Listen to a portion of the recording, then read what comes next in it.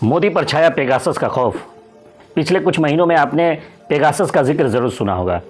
Pegasus के बारे में भारतीय मीडिया में अक्सर आपने ये खबरों में सुना होगा कि मोदी सरकार ने इजराइल से एक ऐसा सॉफ्टवेयर खरीदा है जिसका नाम पेगासस है और उस सॉफ्टवेयर के जरिए मोदी सरकार विपक्ष के नेताओं की जासूसी कर रही है। मोदी सरकार इस जासूसी सॉफ्टवेयर के जरिए देश के बड़े पत्रकारों, नेताओं, बड़े पूंजीपतियों, बड़े अधिकारियों, अफसरों, बुद्धिजीवियों और सामाजिक कार्यकर्ताओं के साथ जजों की जासूसी कर रही थी।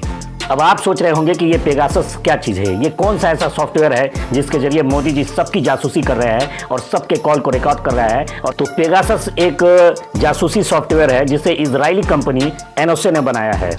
ये एक ऐसा सॉफ्टवेयर है जिस सॉफ्टवेयर के जरिए आप किसी के भी कॉल को रिकॉर्ड कर सकते हैं। मोदी सरकार ने इस स्पाईवेयर सॉफ्टवेयर के जरिए पूरे देश के अंदर खलबली मचा दी थी। सारे विपक्ष के नेताओं की इसके जरिए जासूसी की जाती थी और उन्हें डराया और धमकाया जाता था, या यूं कहें उनकी कमजोर नब्ज को पकड़ के उन्हें भारतीय जनता पार्टी में शामिल होने के लिए मजबूर किया जाता था। यहाँ तक कि जजों, फिल्मी हस्तियों, पत्रकारों, सामाजिक कार्यकर्ताओं की भी जासूसी की जाती थी और उनके कमजोर नब्ज को पकड़ के उन्हें डरा धमका करके चुप करा दिया जाता था। सरकार के खिलाफ उनके उठने वाली आवाज़ को दबा दिया जाता था। देशवासियों पर पेगासस सॉफ्टवेयर का ऐसा डर बस गया था कि कोई भी मोदी सरकार के खिलाफ आवाज़ उठाने की हिम्मत नहीं जुटा पाता था। लेकिन अब यही जासूसी सॉफ्टवेयर अब मोदी सरकार के लिए एक चुनौती बन चुका है, मोदी के लिए सिरदर्द बन चुका है। मोदी जी के ऊपर पेगासस का एक ऐसा खौफ छाया है कि वो अमेरिका और इसराइल के खिलाफ एक शब्द भी बोलने से डर रहे हैं और कुछ भी कहने से पूरी तरीके से डर रहे हैं।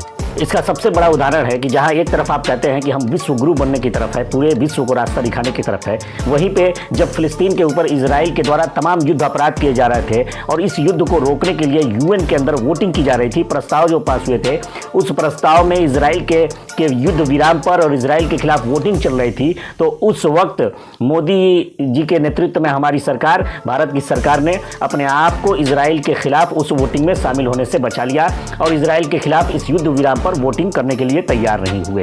इस बात का है कि मोदी सरकार इजराइल के द्वारा किए जा रहे इस अपराध के खिलाफ इजराइल पर वोटिंग क्यों नहीं की, इस वोटिंग से भागी क्यों मोदी सरकार है कि मोदी सरकार को यह डर था, मोदी जी को यह डर था कि अगर उन्होंने वोटिंग में इजराइल के खिलाफ हिस्सा लिया तो ये इजराइल जिससे पेगासस सॉफ्टवेयर लिया गया है, ये इजराइल मोदी सरकार का भांडा फोड़ देगा। और सामने तो कि 2024 का चुनाव है, तो कोई भी ऐसा रिस्क नहीं लिया जा सकता है कि जिससे आने वाले समय में हमारी कुर्सी और सत्ता खतरे में पड़ जाए। सकता है कि इजराइल ने उसी पेगासस सॉफ्टवेयर के जरिए जिससे मोदी जी दूसरों की जासूसी करवा रहे हैं, खुद मोदी जी की पूरी जासूसी कर रखी हो और कुछ कमजोर नब्ज हो जो इजराइल के पास हो और ये सता रहा हो कि इजराइल के खिलाफ अगर हम बोलते हैं तो इजराइल हमारा कच्चा चिट्ठा, जिसे आसान शब्दों में कहे तो भांडा फोड़ सकता है।